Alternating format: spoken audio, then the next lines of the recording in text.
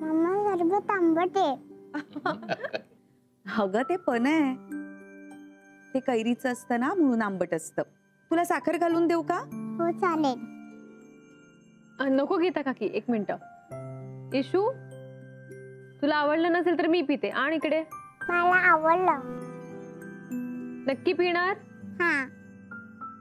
बघ अथर्व काका, आर्यन काका कसे पितायत.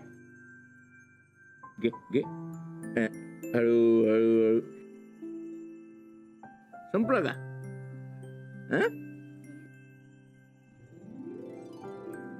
थँक्यू आजोबा. मला अजून सरबत. आता का ग, आंबट होतं म्हणालीस ना? मला आंबट आवडतं.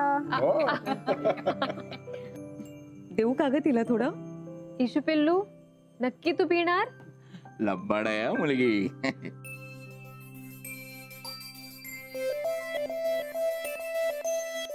अगं काय झालं? मी मधु आजोबांवर चिडली आहे. चिडली का तू? का ग, का चिडली तू? का रुसली? तुम्ही मला लंबाड म्हटलं म्हणून. लब्बाड? अगं मी ते असंच म्हटलं. खरं तर आमची ईशा गोड आहे. अथर्व, आर्यन, जा तिला खेळायला घेऊन जा. तुमचे खेळ दाखवा. थांबा थांबा. Good girl. जा आता. आपण खेळायला जाऊ.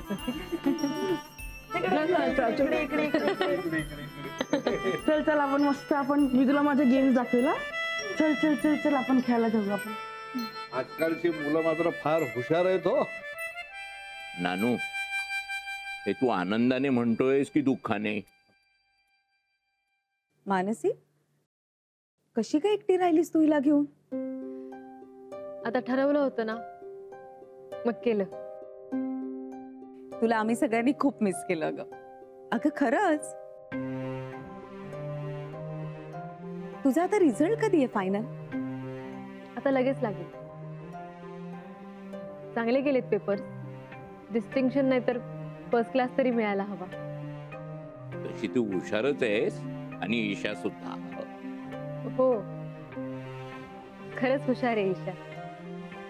तू इतकं सगळं सांभाळून इतकी अवघड परीक्षा दिलीयस, आम्हाला तुझा खरंच अभिमान वाटतो.